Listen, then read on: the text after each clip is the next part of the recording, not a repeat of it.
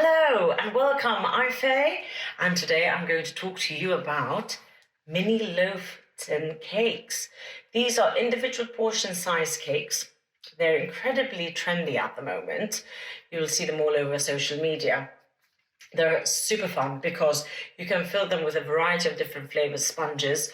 Then you can frost them with all sorts of different flavored buttercreams, ganaches, whipped cream, and then garnish them with fresh fruit, candied zests, candied nuts, caramelized nuts, toasted nuts, coffee beans, jams. What else? Anyways, a whole variety of toppings and finishes. They are wonderful because they're individual portion. They're great for kind of any occasion. If you bake cakes just for fun, for your friends and family, they're great for barbecues or get-togethers. And if you do sell your cakes, then they're great for, again, any kind of occasion, or if you actually do pop-ups or markets, wonderful, because the packaging comes with clear plastic lids, so they're protected and easy to stack and to move around, where, for example, a cupcake doesn't come with a cover and they're in paper cases. So these are foil, so they're very stable, which is wonderful. They're 6.8 ounce tins. So although a lot of people think that they're very small, they're actually quite a large portion. And I fill my tins with about 100 grams of batter, for the simple reason I like my sponges to be baked until the top. So this cake in particular is the only one that I have exposed. The sponge is exposed, and I'll talk to you about that in a bit about why. So I like the whole base of the tin to be with cake, and then a small ratio of frosting. So it's very pleasant to eat, that sort of ratio. Looser batters, so for example, like a chocolate fudge cake or cakes that are made with olive oil or vegetable oils, which have buttermilk or yogurt, those are very loose style batters. And I think maybe 80, 90, 95 grams. They tend to rise much more. Then for cakes like carrot cake, Victoria sponge cake, different types of vanilla cake, a bit heavier batters, I aim for between 100 to 110, 115. It really does depend on the recipe. And then nut-based cakes like an almond cake, 140 grams, so that they all bake up until the top. Now, I'm just about to launch a mini loaf 3-step framework to achieving these beautiful little cakes for you to make at home. You can make them for your friends and family. If you sell your cakes, these are perfect as well for any sort of occasion. If you sell them at markets, they're wonderful because they come with little clear plastic lids. And also some of the companies send little spoons, packaged spoons, to go along with them. So my 3 steps, simple steps to making mini loaf cakes: sponge, an icing, and a garnish. And you can become as creative as you want. So you could have lemon cake. We've got lemon cake with a raspberry Italian meringue buttercream. Now, have you seen the color? Can you see the pink? It's bright, right? Well, there's no artificial color in here. It's coming from the raspberry. And then I have finished it off with candied lemon zest. So all my recipes are made with whole food ingredients. I don't use any artificial flavors or colors. It's all natural. And as I always say, it's colored by nature and flavored by nature, with a little bit of my technique and expertise thrown in so you can bake a lovely cake.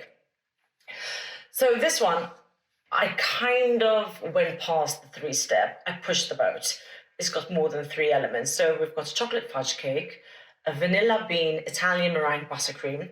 I've done a salted caramel, and then I have some candied peanuts. Of course, you don't have to do that, but there is the option to choose lots of different garnishes to make your cakes even more flamboyant, and why not? So that's another style. And you'll see the piping. I've used just a round, small nozzle to achieve the little peaks. And then what I've done is I've used a melon baller to make little sockets to pipe the caramel in so that they don't move. And that's how you achieve those little round dots. Cute, huh? This is actually quite simple, although the decor is quite intricate. Again, not difficult. This is vanilla. It's 100% vanilla. Vanilla cake with a vanilla buttercream. And oh no, I lie. I flavoured it with raspberry jam to achieve the pink flowers. Aren't they pretty? So there is another element. So, but if you have it ready in your fridge, you're not actually making it. So very simple. I coloured the buttercream with matcha tea. I coloured the strawberry raspberry jam, and here you go. It's vanilla and a little bit of raspberry, so not 100%, but you get the gist. Here we have another cake. This one is, again, with fresh fruit. It's got 3 elements: the sponge, the buttercream, fresh fruit, and a jam. And then I've used the same piping nozzle as I did these tips, but I've just piped it differently. So one nozzle, you can be really creative and pipe in different ways. We've got a wonderful hazelnut cake with a dark chocolate frosting and candied orange peel. Have you seen those? They're little flowers. Aren't they cute? Yes. So again, you can cut your zest to make candied citrus zest in this style. You know, the little lines. This is the classic way of doing it. Or you can be a little bit fancy. And if you have any kind of like fondant cutters or cookie cutters, small ones, just cut your zest. Then you can do. All these recipes are in the framework. Now, a classic, lemon and blueberry. This is a lemon poppy seed cake with a lemon frosting. And I've done a blueberry, look at that. Isn't that just so cute? Blueberry compote finished with candied lemon and blueberries. And I put a few basil leaves just for colour.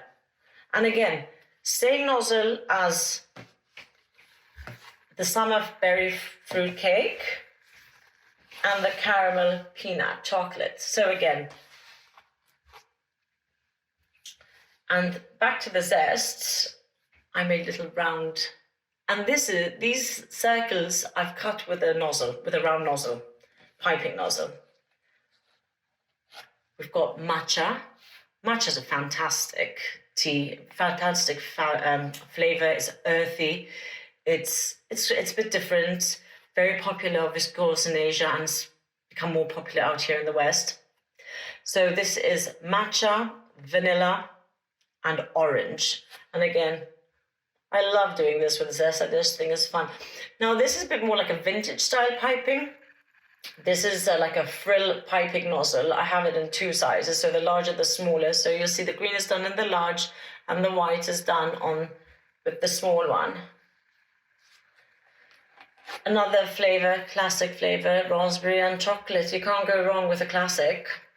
And again, cake, frosting, raspberry compote, and fresh raspberries. Wonderful. And then another favourite is a take on a tiramisu. So we've got chocolate cake with a coffee syrup and just frosting. And then and some coffee beans. So this is just some of the selection you can make, and you can actually make hundreds of different combination cakes out of this 3-step framework of mini cakes that I've put together. These are all tried and tested recipes, and they are delicious, and you can be as creative as you want, and I'd love to see what you do with the book, with the framework.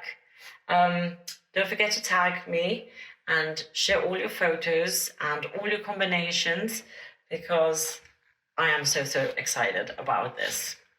Thank you. Bye.